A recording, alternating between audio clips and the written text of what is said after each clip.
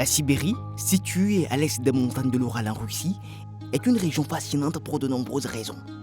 La Sibérie est célèbre pour ses hivers rigoureux et son relief étendu. En fait, si la Sibérie est un pays à part entière, elle serait le plus grand pays du monde par sa superficie. La Sibérie couvre plus de 13 millions de kilomètres carrés, soit 5,1 millions de milles carrés, et ce qui représente les 3/4 du territoire russe et près de 10% de la surface totale de la Terre. Cependant, la Sibérie ne représente que 23% de la population totale de ce vaste pays. Le reste étant regroupé dans la zone blanche, symbolisant le reste de la Russie.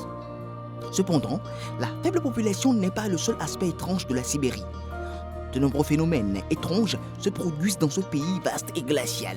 En plus des anciens virus, les chercheurs ont découvert des cratères qui se sont formés pour des raisons inconnues.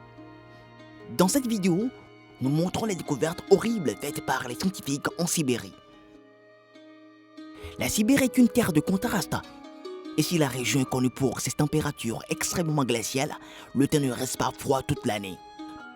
Pendant l'hiver sibérien, les températures peuvent descendre à 94 degrés Fahrenheit ou 110 degrés Celsius. En revanche, les étés en Sibérie sont chauds, certaines sections atteignant des sommets de 95 degrés Fahrenheit ou 35 degrés Celsius. Ce temps est dû au climat continental de la région qui se caractérise par des hivers froids et des étés agréables. Depuis combien de temps les hommes sont-ils présents en Sibérie? Étonnamment, les hommes peuplent la Sibérie depuis 125 000 ans. Dans les montagnes de l'Altaï, en Sibérie, les archéologues ont mis au jour un os humain appartenant à un hybride, le Denisovan et le Néandertal. Des communautés indigènes telles que les Nivki, les Evenki et les Bouriates vivent depuis longtemps dans les régions sibériennes. Le lac Baïkal en Sibérie a une profondeur de 1142 mètres, ce qui en fait le lac le plus profond du monde. Il contient plus de 20% de l'eau douce de surface de la planète et est alimenté par plus de 330 rivières. Chaque hiver, le lac est entièrement gelé, la glace pouvant atteindre une épaisseur de 2,5 mètres à certains endroits. La Sibérie est essentielle à l'économie russe puisqu'elle fournit plus de 70% du pétrole du gaz du pays. Les réserves naturelles couvrent une superficie de près de 2 millions de kilomètres carrés. Le district fédéral sibérien comprend 130 villes sibériennes, dont 3 ont une population supérieure à 1 million d'habitants, Novosibirsk, Omsk et Krasnoïarsk. Cependant, la Sibérie est pleine de mystères bizarres et inexplicables, dont certains sont susceptibles d'affecter la planète entière. Par exemple, que pensez-vous de la réapparition d'un virus vieux de 30 000 ans? Et pas n'importe quel virus, mais un virus de taille gigantesque. Le phytovirus Sibéricum, un ancien virus découvert enterré à 30 mètres sous la terre gelée, appartient à une classe d'énormes virus identifiés il y a 10 ans. Avec 600 nanomètres contre 500, ce virus a un diamètre plus grand que les autres virus énormes découverts. Il possède un génome de 600 000 paires de bases. Imaginez les barreaux de l'échelle de l'ADN qui contiennent chacun l'information génétique nécessaire pour produire l'une des 500 protéines. Le virus est si gros qu'il peut être vu au microscope, contrairement aux autres virus. La dernière fois qu'il a infecté quelque chose, c'était il y a plus de 3000 ans. Mais il a refait surface dans un laboratoire. Il s'attaque aux amibes, selon les tests effectués. Pourquoi cependant devriez-vous vous inquiéter de cette découverte? Parce que comme le disent les universitaires, c'est une prescription pour un désastre.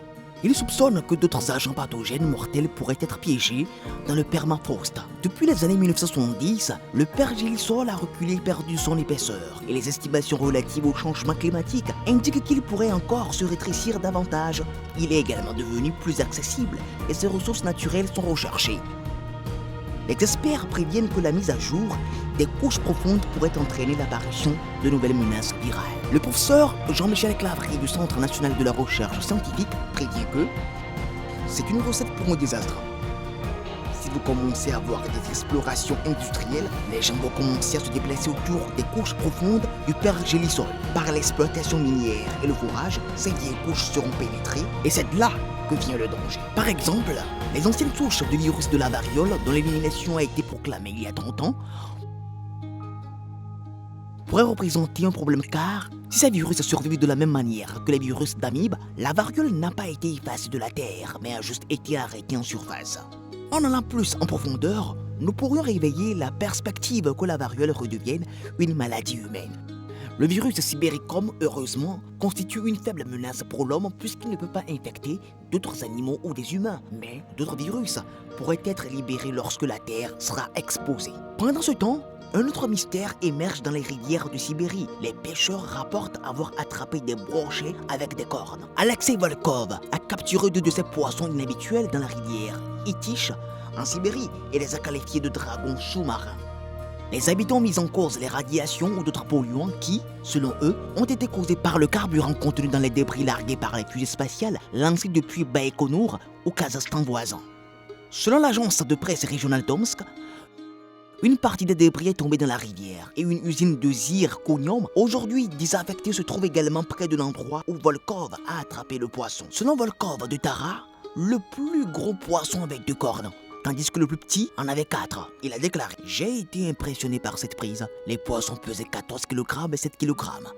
Il avait des cornes recourbées vers leur queue. Le plus petit poisson avait 4 cornes. Les 2 poissons ont immédiatement été surnommés dragons. » D'autres pêcheurs ont conseillé à Volkov de ne pas manger ces poissons bizarres.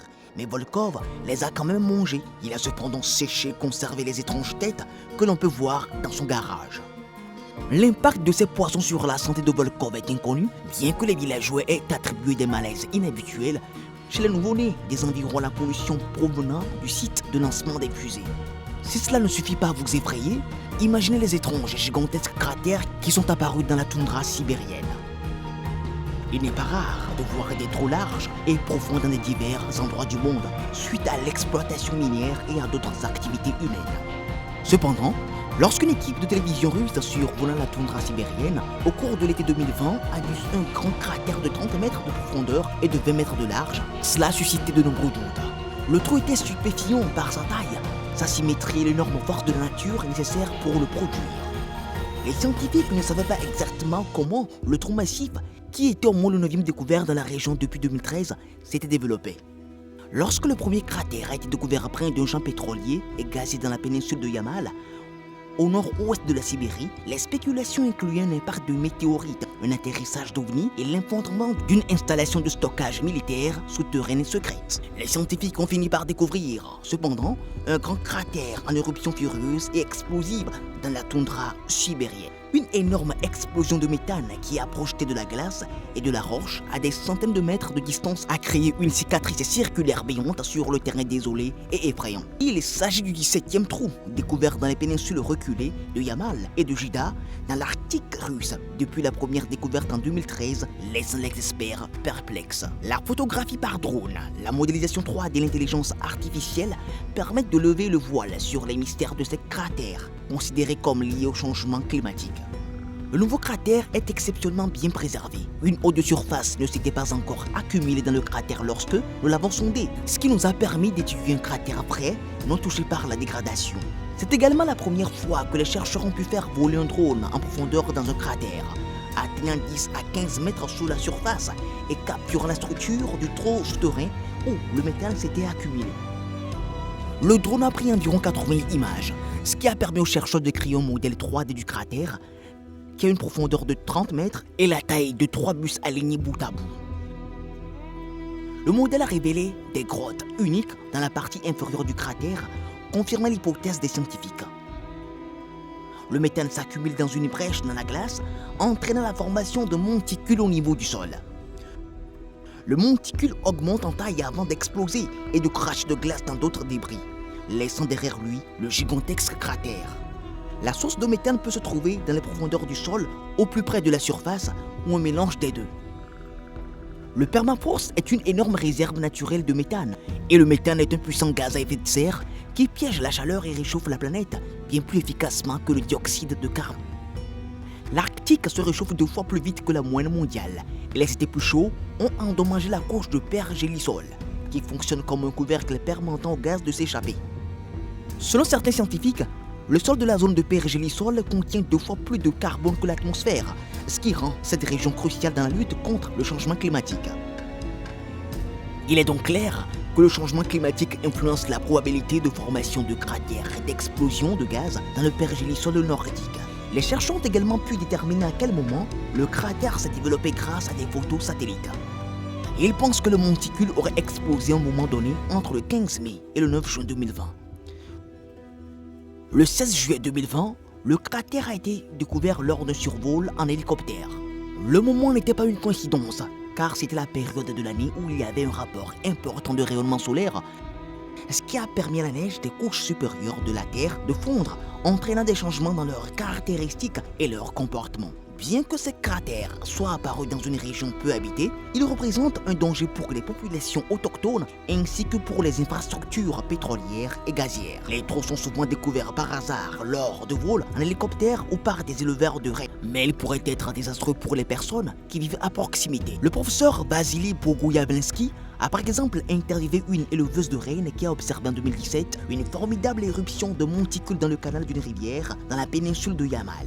Tout le matin, elle se rendait un petit monticule de givre dans la rivière, car c'était le point le plus élevé d'où elle pouvait garder un œil sur ses rennes. Cependant, lorsque l'explosion s'est produite le matin, elle a commencé à sentir quelque chose dans ses jambes et a pris peur, s'enfuyant, ce qui lui a sauvé la vie, car le monticule a éclaté alors qu'elle se trouvait à environ 200 ou 300 mètres. Les scientifiques ne savent pas combien de cratères il y a au total, ni quand le prochain éclatera, car ils ne disposent pas actuellement de méthodes efficaces pour localiser et cartographier les cratères d'émission de gaz. Faites-nous savoir ce que vous pensez de ces fascinantes découvertes sibériennes dans la section des commentaires.